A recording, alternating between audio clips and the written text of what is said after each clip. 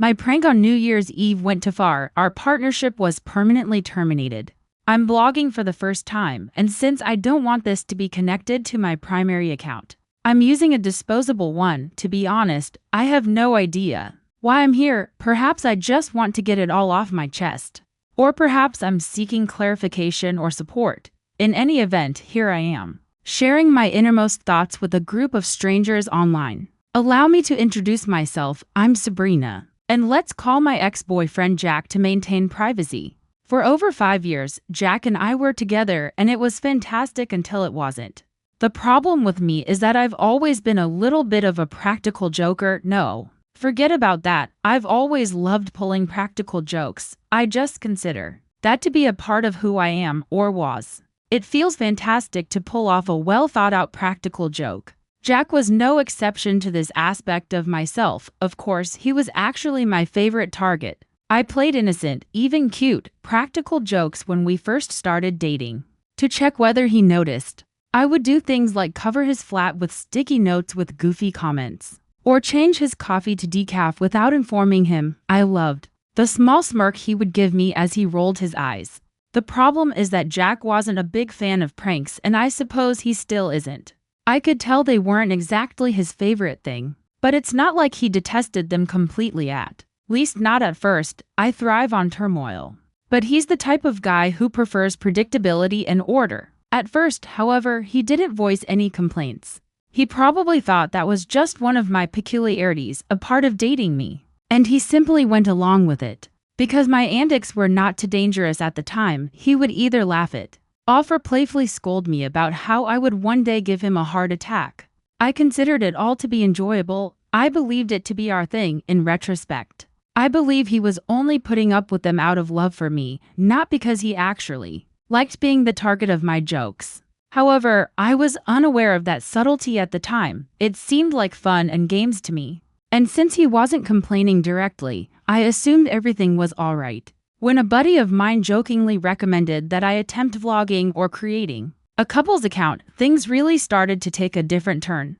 She claimed that the type of things I performed would cause me to go viral on social media. I recall initially dismissing it with a laugh, claiming that I wasn't the kind of person who created content. It was also true that I didn't particularly enjoy the thought of exposing myself in that way. The idea of producing material seemed daunting and, to be honest, uncharacteristic for me, as I didn't even post on my own social media accounts very frequently. But then I had a curveball in life. My job was terminated.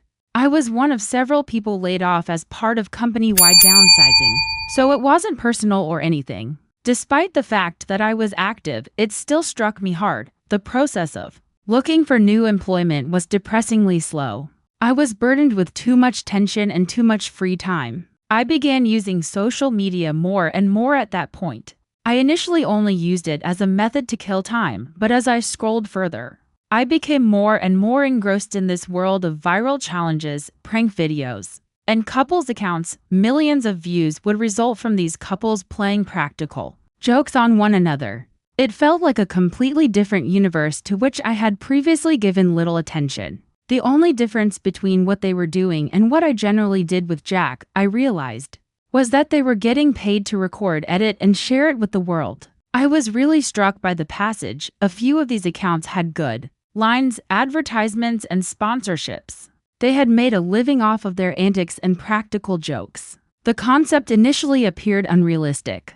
I had no prior editing or audience building skills, and I wasn't a content creator. However, the more I considered it, the more alluring it seemed, particularly since I was unemployed at the time. The idea of going viral and possibly never having to work a regular job again was like a siren's call to me, as I was already having trouble finding a new one. I began thinking about it. But what if I could turn this around? But what if our page went viral? I wouldn't have to endure uncomfortable interviews or spend hours editing my resume.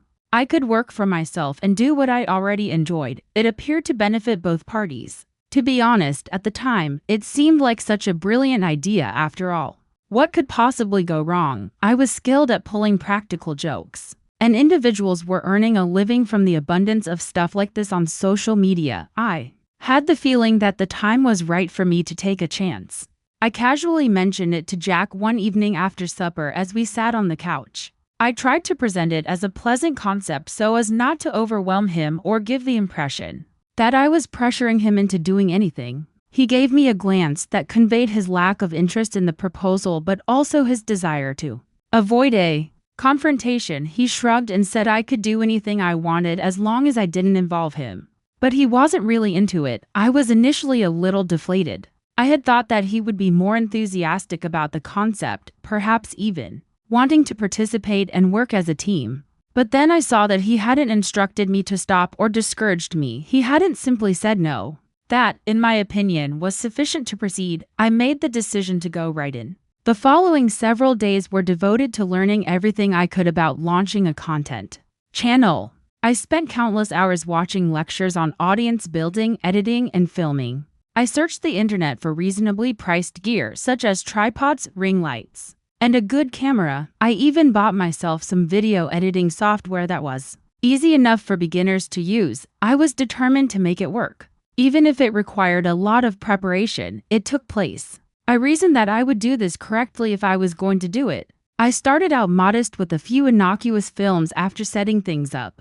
Just small antics that I hoped would make people laugh. Without going too far with Jack, nothing too outrageous. For instance, a famous fake spider in the bathroom prank was featured in one of my very first videos. After taking a video of myself carefully setting a rubber spider on the toilet seat, I held my phone while I waited for Jack to enter. His response was invaluable. When he realized it wasn't genuine, he jumped back and exclaimed, "What the hell?" Before laughing. It was harmless, humorous, and just the right length. I uploaded the footage to my new account after editing it and adding some background music. To my surprise, it received a respectable number of views. Even though I didn't have high expectations, some even left comments. All the encouragement I needed came from that small piece of comment. I thought I had a good idea in his coffee video. The next trick was a straightforward substitution of sugar for salt. Innocent but humorous once more. Before Jack could say anything to Grumpy, I cut the recording, and he gave me his typical irritated yet amused response. It was thrilling at first, almost truly incredible. I adored it. I was putting myself out there, making stuff, and gaining recognition for something I liked to do. The feeling was excellent, truly good. To be honest, I began to believe that this might truly work. As if I might be able to make this minor side project into something significant. Why not? After all, didn't people do it all the time? They began modestly, rose through the ranks, and suddenly became influential. I had faith that I could succeed as well, so I persisted. I continued to film pranks, edit videos, and share them online. I was initially overjoyed by the response. I received what I thought was a respectable amount of views, a few likes, and a few comments here and there. But after a while, I began to need more since, let's face it, getting a respectable amount of views wasn't enough to make me go viral. And I genuinely desired that. I desired the millions of views, the deluge of comments, and the influx of new subscribers. I wanted to achieve the kind of success that would allow me to work as a content producer full-time, free from the burden of finding a new job or making ends meet. I wanted to realize the fantasies I had begun to form about this entire situation. Then it dawned on me, I had to do more if I wanted greater attention. Sure, the innocuous little tricks I had been pulling were adorable, but they weren't the sort of things that people would discuss or tell their friends about. The content wasn't viral, so I gradually increased the number of pranks. At first, nothing major, simply small things to elicit a larger response from Jack. For example, I once feigned losing his keys. He chuckled a little, but I could see that he was becoming a little irritated. However, since it was all in good humor, I didn't give it much thought. However, despite those rather large pranks, I wasn't observing the views and the figures I desired were still respectable, but that was it. It was no longer enough to be decent. I desired the kind of high viral numbers that would cause my videos to become extremely popular very quickly. I made the decision to take things a step further at that point. I began creating pranks that were, to be honest, a little riskier and more intricate. For example, knowing how much Jack depends on the Wi-Fi for work, I acted as though it was unavailable for the whole day. When I told him it was a joke, he simply shook his head and left, even though he was annoyed. I once staged a fictitious mishap in which I poured juice all over his favorite clothing. He was irritated, but I believed it to be innocuous. In hindsight, I should have seen the warning signs. Jack's reactions were growing more worn out and less amused. But I didn't see it at the time, or perhaps I simply didn't want to see it. I missed the tiny fractures that were beginning to appear, because I was so focused on pursuing this dream of achievement. The problem with attempting to go viral is that it may become addictive. It's difficult to stop thinking about it once you do. When you have tunnel vision, your only thought is, how can I make this bigger? How can I improve this? How can I increase the number of viewers? And I was right in that spot.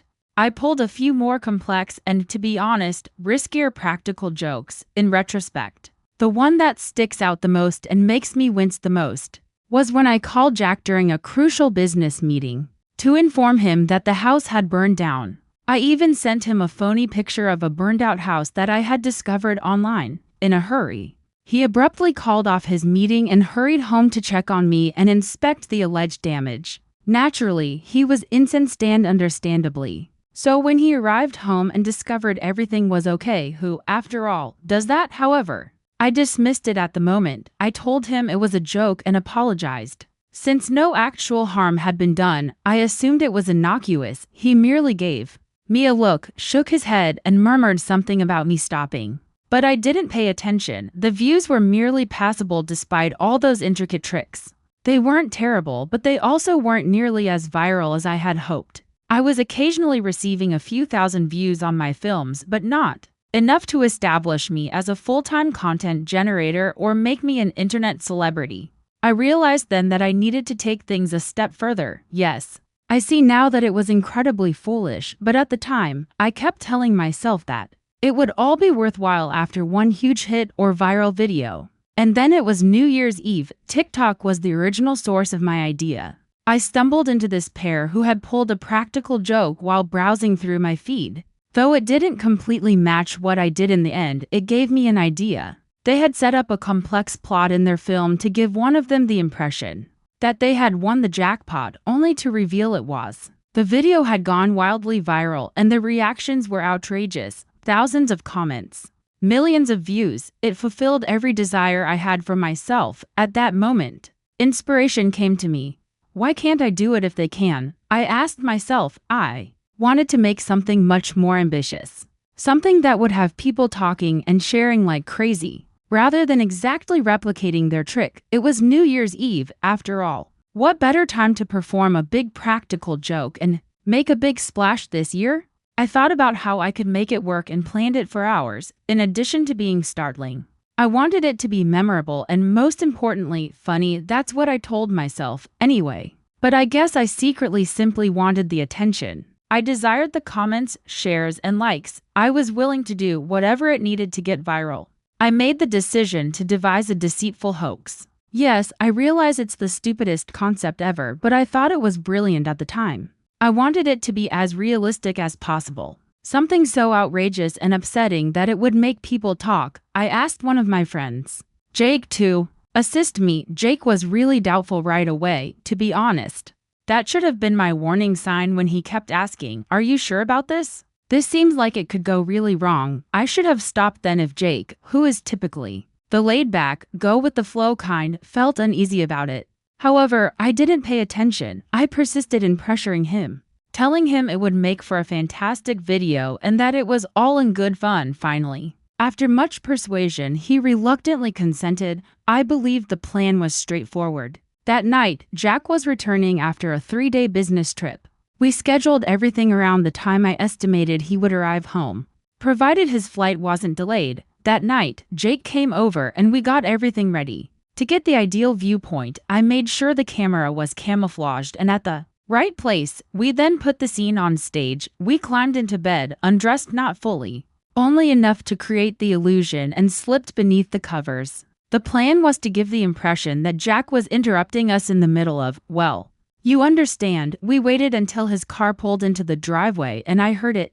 I didn't stop to consider what Jack's real reaction might be because I was so preoccupied with how this would appear on camera and how people would react. After watching the video, Jake and I immediately began making noises, loud, inflated absurd noises as soon as he entered the room. I found it amusing. Jack didn't. Evidently hearing the noises, he went upstairs and rushed into the bedroom when he first spotted us. Under the sheets, his expression was one of pain, true heartbreaking pain rather than bewilderment or even rage. However, that pain soon gave way to rage. Before I could speak, Jack was screaming and tearing the covers from us. I thought it was a joke, a hoax, and I started laughing. It's a prank, I insisted repeatedly, but Abe wasn't even close to laughing. Jake, on the other hand, appeared to wish to vanish. It's a prank, man, it's not real, he muttered repeatedly. But Jack ignored him. Jack told me to get out as he returned his focus. To me, he claimed that he was finished and that he could take no more. I should leave his house now,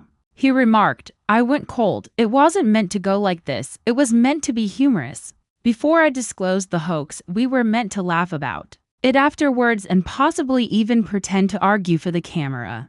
The plan did not include this. I attempted to reassure him that it was all a lie, but he refused to listen. He claimed that I was poisonous, that he didn't care, that it wasn't humorous, and that he wanted me to leave. Jake muttered an embarrassed apology and walked away, obviously uncomfortable and feeling like a third wheel in what had turned into a true argument. He wasn't even stopped by me. Jack was pacing back and forth, and I was too stunned to do anything but stand there and stare. For what seemed like hours, we argued. He was adamant and kept saying the same thing over and over again. I needed to leave. He didn't want me there. It wasn't even a back and forth fight. The more he spoke, the more it became clear that he was serious and that this was not only a passing fad that he would soon get over. I gave up.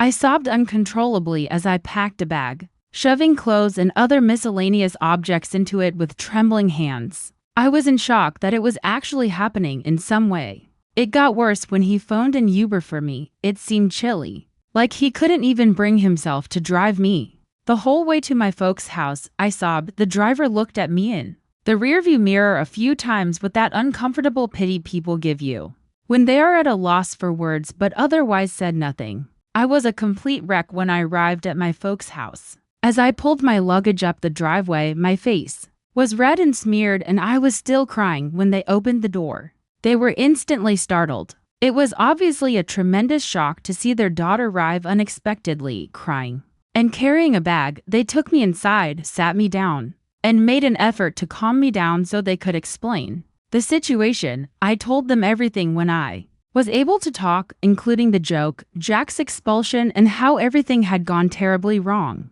I did not desire their response. They were upset with me, not Jack. Disappointed would be an understatement. They questioned me about my expectations. Did I really believe a joke like that would work?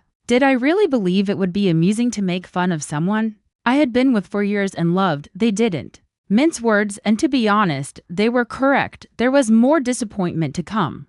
The news of what transpired traveled far too quickly. When some of my pals learned about it either from Jack or from rumors, they were quick to express their opinions to me. The message in one SMS after another was the same. I was mistaken. Jake, who had participated in the hoax, sent me a message. He expressed to me how awkward the entire situation had been for him, and stated he didn't think I should post it. For me, that was the tipping moment. Excuse me? You're advising me not to upload it after everything I've been through, after my relationship ended, and after I embarrassed myself? So what was the point if I wasn't going to get anything from it? Why had I gone through all of this in an attempt to reach a compromise? I proposed obscuring his face, but I knew deep down that I couldn't share it. Too many people were aware. Jack had previously instructed me to remove all of his videos from my page. He wanted everything, not just the hoax video, deleted. I sobbed and pleaded with him to change his mind. I attempted everything, mutual friends, interventions, and apologies, but he was done. He refused to move. He made it plain that we were no longer together. He invited me to come over a few days later to pack the remaining items I had left at his house. That was it. It ended abruptly after 5 years of dating. He didn't even make space for a discussion. He abruptly interrupted me as if he were switching a switch. He blocked me from everything, with no justifications or answers, as if it weren't awful enough. My social media account was soon banned. Just like that, the account I had invested all of my time, energy, and effort into was gone. I have a suspicion that someone reported it, perhaps Jack or one of my former pals. I'm not positive, but it happened in such an abrupt and surprising manner. I was looking through my posts one day, trying to decide what to do next, and the next day I was unable to log in. I was heartbroken. I could hardly keep up with how quickly everything fell apart. My relationship, reputation, and social media presence vanished in an instant while I was preparing a practical joke that I believe would elevate my material. To be honest, it's difficult to comprehend how fast everything fell apart. I feel so foolish because I was unable to quit pursuing views and approval from random people on the internet. All of this was due to my inability to recognize when to stop and when to heed the advice of those around me that it was not a good idea. Simply put, it was greed. It all came to an abrupt end after 5 years of dating. It still feels unreal. Every time I think about it, I get whiplash since it happened so quickly and forcefully. I was thinking about content and planned pranks 1 minute, and now I'm alone and unmarried. And I've had to start over now. I need a job. I have officially retired from content creation. To be honest, I'm not even sure if I want to open that chapter again because it's closed and slammed shut.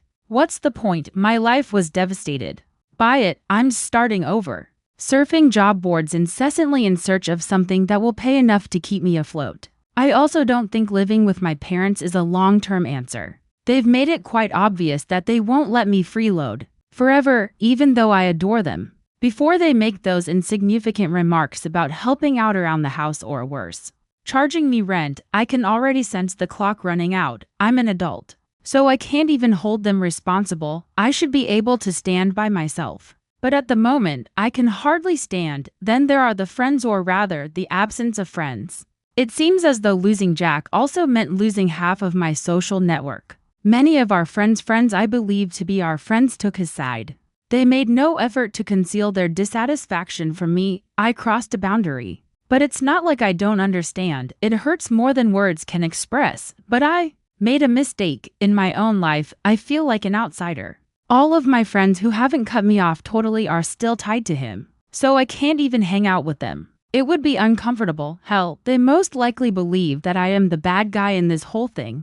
And they may be correct. Most days, I'm confined to my house and have nothing to do but sit in bed and stare at the ceiling or browse the internet. For work, there are days when I barely have the energy to get out of bed. I feel damaged, worthless, and very foolish for allowing my life to get out of control in this way. 5 years, we were creating a life together, not simply a relationship.